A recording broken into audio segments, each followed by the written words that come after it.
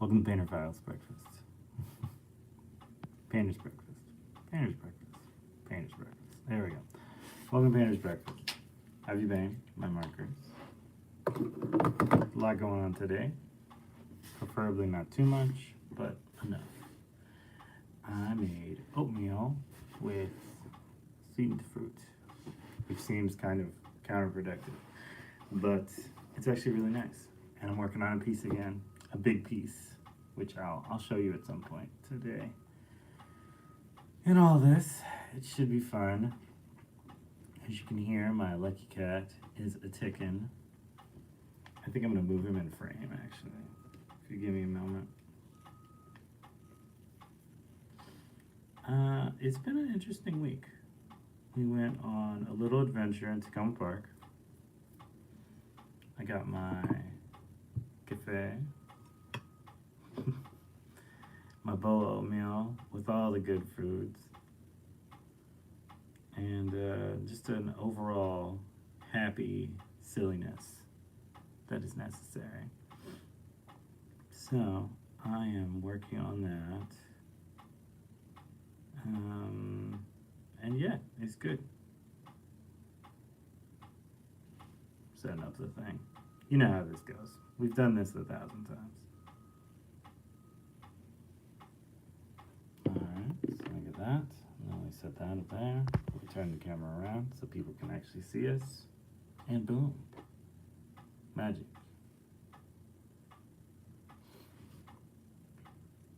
Hola, Galeras. It's I, Jaws Blake. How's it going?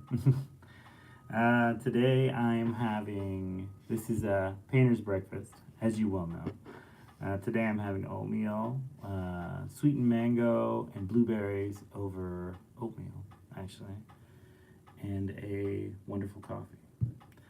I have a thing I'd like to change just a little bit for my YouTube audience, so this might not help you guys, but somebody asked me a while back what the sound was. That's the sound. That guy. That's the tick.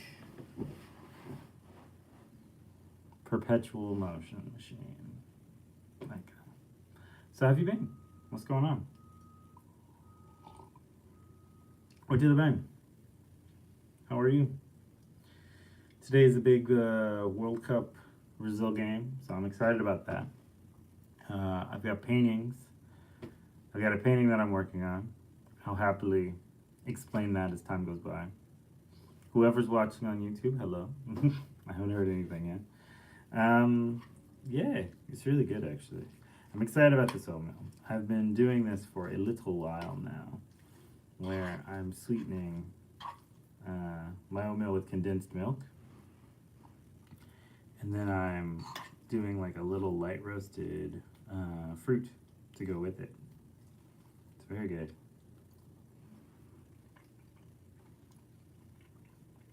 I did put a lot of oatmeal in here, so I'm not sure if I'm going to be able to finish all this.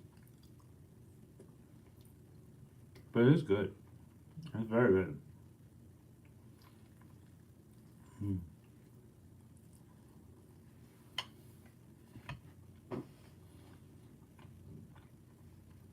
So I went to this bookstore, this used bookstore, and I picked up a Kurt Vonnegut book. I'm very excited. It's God Bless You, Mr. Rosewater. I've actually never read this one. This is one of the few ones I haven't read. I was a huge Kurt Vonnegut fan growing up. So I'm excited.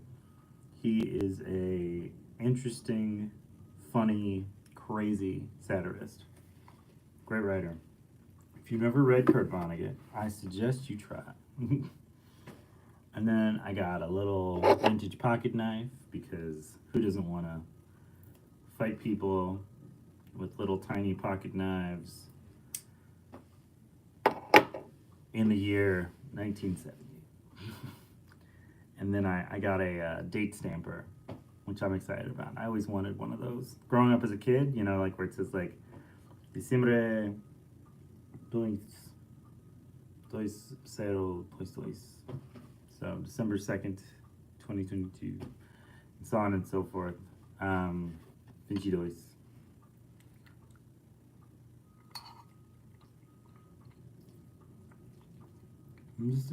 it's a good day. I'm excited about it really kind of playing itself out right. I gotta go by Trader Joe's and get some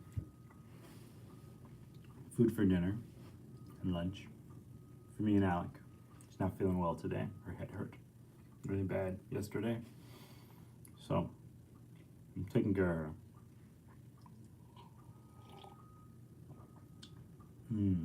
Ran out of oat milk today. So this is a café con leche, which is so you make a café con leche. It's you take sweet like condensed milk, and as you pour the coffee, you mix it in together like a tornado, and it all comes together and it's all like one thing. It's a very easy thing to make. You can't really mess it up. I guess you could make it too sweet. The good thing about condensed milk is it's not really sweet per se. It's a little sweet, but it's not a lot sweet, you know? So, yeah. So my team is playing today in the World Cup. Wish us luck. Scream with your TV, Vai Brazil. We might win. I don't know. We might lose. It happens. We are not a flawless country nor team, to say the least. But I would hope we do well. I feel bad. A kid who I'm friends with asked me to be a guest speaker at a school for artists, but I didn't have enough time to do it this week, coming up week, so I'm having to reschedule it. I am going to do it, but it's so weird to be kind of a show and tell person, I guess.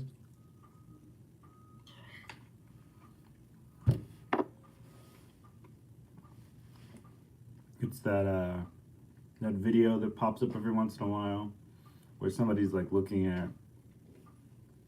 at themselves now and they're like, oh man, I really wish I could perfect my business, my art business. And then it shows a picture of them as a kid and it goes, wait, we have an art business? That's awesome. That's kind of how it feels. It's very sweet and very nice, and I'm excited about it. Honestly, I never thought I would find legitimacy in my child fan base, but well, they're almost adults. My teen fan base.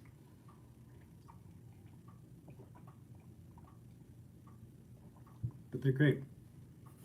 I got this coaster from a place called Cupboard Market. It's like a little Turkish one. And I use it at my desk so I don't mess up all my stuff. Yeah. I don't know, honestly. I've been working on a few things recently. This is going to be part of the zine. This giant monstrosity. So the concept behind this is like a teddy bear but a crow, and then like the horizon with the dual sunflower suns, and then this pattern that's going to go underneath, and it's supposed to be, and then on the inside of it are the women of Iran. So you've got the burqa, I'm trying to remember what all this stuff's called, so give me a second. It's a little early for me. They have the burqa, then they have the hijab, and then no coverage, because like it's a choice. Like they want to have the choice to be able to choose what they would like to wear, and that's all. It's not one is better than the other, but it's a signification of them just having the freedoms to choose these things. And the crow is to represent, the stuffed crow is to represent, like, I'm trying to think all these things up together. The stuffed crow is to represent the symbolism of how, like, the carriers of the dead in a lot of ways. It's a teddy bear because it's affecting a lot of very young people, and I don't like to kill crows in my work. But and then you've got the sunflower seeds, which is more like, the land is growing, the country is growing, and then the patterns are more kind of like all the beautiful like textiles and culture and all these things that come into it. So it's gonna be the last page of my book. It's gonna be pretty good actually when it's all done. So what I'm doing is I'm putting on the first layer of all the texture and all the stuff, and then after that, then I'm going to come back and do all the shadowing and all that stuff afterwards. But it'll be like layers and layers of kind of gray and dark and etc. So I'm excited about it. I really am. I have quite a few unexpected things that I'm going to put in there with colors and textures and all that stuff. So my hope is that you enjoy it. I've been trying to read a lot recently. I've been having these really vivid dreams again. And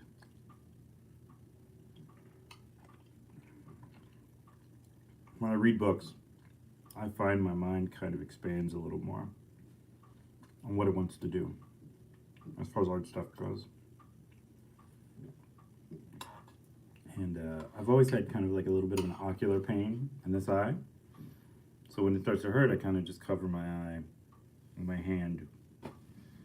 And I just kind of look for patterns and textures in the darkness. I say it's how my eye talks to me sometimes. I know it sounds like madness, but I'm an artist. I'm all about madness. Yeah. It shows me into the future.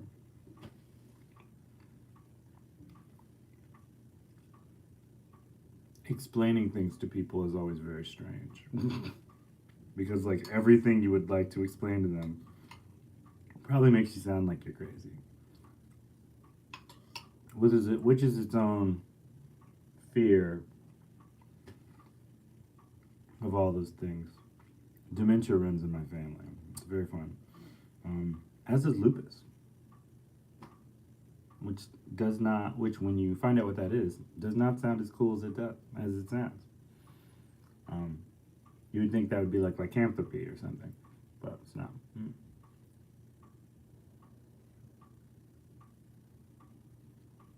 I remember being a kid and going like, I'm gonna be a werewolf. And I was like, no. You're not guaranteed to have lupus, for the record. That's not how that works either. They're not really sure what brings on lupus.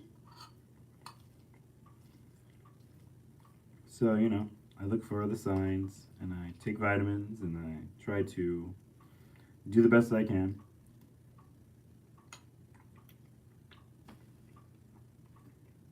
With my arthritic hands, my thumb that's been killing me for the last month or so.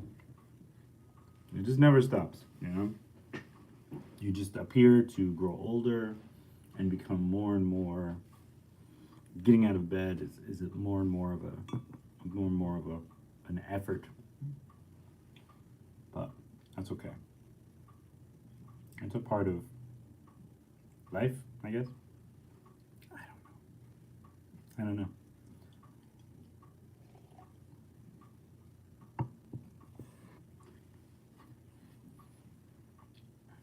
I think in a lot of ways, being an artist has probably helped me cope with just life in general. I think the interesting part of life is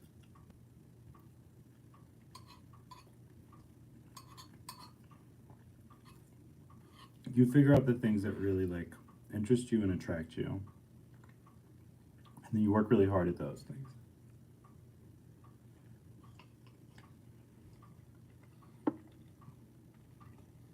Because on a very simple aspect, there's so many things you have to do that aren't involved with your own happiness or sanity. So you have to grab onto something that does. Because it's important. Because if you don't, cheeks are so heavy. Um, if you don't, you kind of miss out on enjoying the little things, little commiserating moments that kind of freeze things in time. This mango, oh my, this mango's hitting. So good. So yeah, that's the main thing. I try to figure out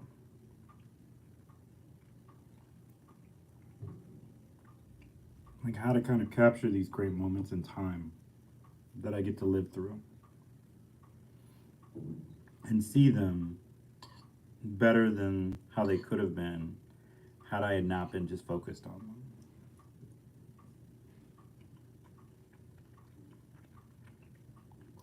I think that's why I like the abstract painting so much. Without words, they capture the emotion of a time period really, really well.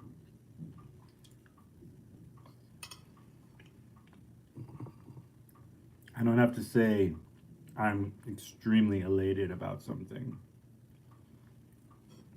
I can paint that energy, you know, with yellows and reds and blues and blacks and whites and greens and purples and oranges. Even though mostly it's yellow, red, and blue, and black ink. It's just funny. I never imagined that those pieces would become anything desirable to people. I thought they were just kind of like a odd coping mechanism of a strange artist. I did finish it. A strange artist. As time has gone by, I'm realizing that maybe that connects with people better than simple imagery. I mean, I think the simple imagery oftentimes connects with people also. But when you don't know, my face, when you don't know how to feel, there's no definition, no time card, no punch, no nothing. And it's just you. Maybe it's easier to connect, you know? And connectivity is kind of one of those things where it's not necessarily something you express verbally. It's something you feel. So, I'm happy. Thank you, Zeph. I too love those pieces. I didn't think I would. It's funny, I only saw them as practices for a long time, like an abstract painting practice. Not so much the painting aspect, the being a painting at the end. Like no end result. Just blowing it all out, getting it all out, moving forward. I think of like the moments when I didn't know what I was going to do next as far as art goes. And I was stuck and I was unsure about what I was going to do art-wise. And I wish I had understood abstract a little better at the time, because I think I would have done so many of them throughout the years.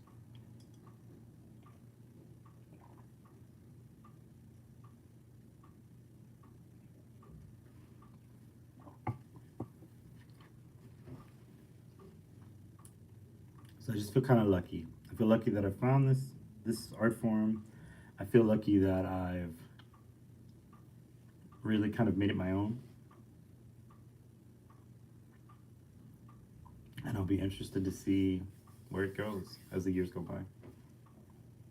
Alright, so it's been 20 minutes. I've talked your ear off. I've eaten my food, I've drank my coffee. I'd love to know in the comments what you had for breakfast. I always love to ask this question. And I shall talk to you later. In or out. Have a good day. Bye, Brazil. Ciao. Ciao, ciao. Bye.